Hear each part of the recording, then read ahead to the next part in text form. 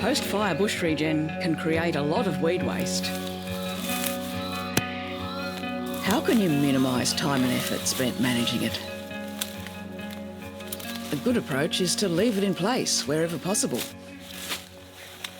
But might it regrow? Different plant species and plants at different life stages have different regrowth capacity. Sometimes the seeds are the biggest problem. Or there might be other growing parts such as bulbs, runners or tubers. The climate or season can make a big difference. In the tropics, a wider range of plants are likely to survive. For example, you don't want to leave cut privet stems on the ground in a warm, wet climate because they can sprout roots. But in drier conditions, you might get away with it. This is where some local knowledge can really help. Often, you can just leave the weeds where they were growing. This will ultimately add to the organic matter across the site.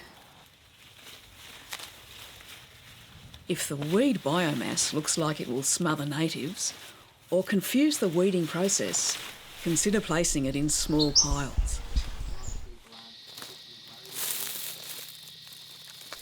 Weed piles can also create habitat, say for lizards and insects. This is especially important where the fire has burnt up all the woody debris and leaf litter. If the weeds could regrow, keep them off the ground. On rocks or logs, hanging in other plants,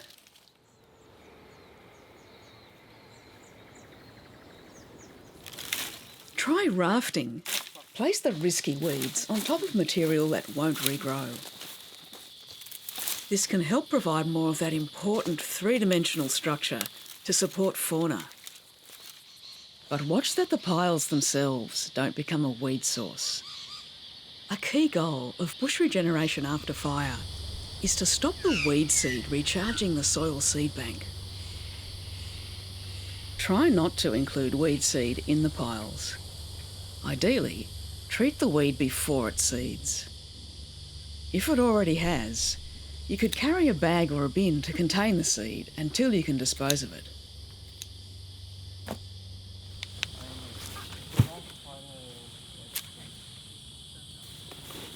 So I think of them as like a little kind of Christmas tree shape, and just cut through with my handsaw and straight into the bag to capture the seed.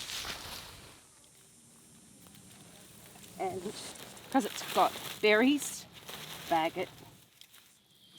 Take care with any other plant parts that can grow or reproduce. The stems and leaves of Madeira vine or wandering trad can easily root if left on the ground. For plants in the daisy family, separate flowers and buds from the plant if pulling it out by the roots. I tend to take the flowers off these things. They will set seed even once you've hand-pulled Because them. if the flowers have been pollinated, they can progress to fruiting stage using the energy stored in the roots, even if pulled out of the ground. But it does depend on your overall strategy. Sometimes piling or concentrating weeds on site might be the most efficient use of limited weeding resources. And there are ways to manage the risk. Some propagules will compost if you cover them with plenty of other weed material. Small piles of propagules can be occasionally turned over to dry out the weeds at the bottom. Any weed regrowth will generally be concentrated and easily hand-weeded or foliar sprayed with little chance of off-target damage. Black plastic wrap will stop most weeds regrowing, including some that might otherwise need to be removed. Wrapped piles will compost and reduce in size much more quickly. You can keep adding to the pile, sometimes for years. But don't compost propagules near drainage lines or places like creek banks where they can be carried downstream in a flood.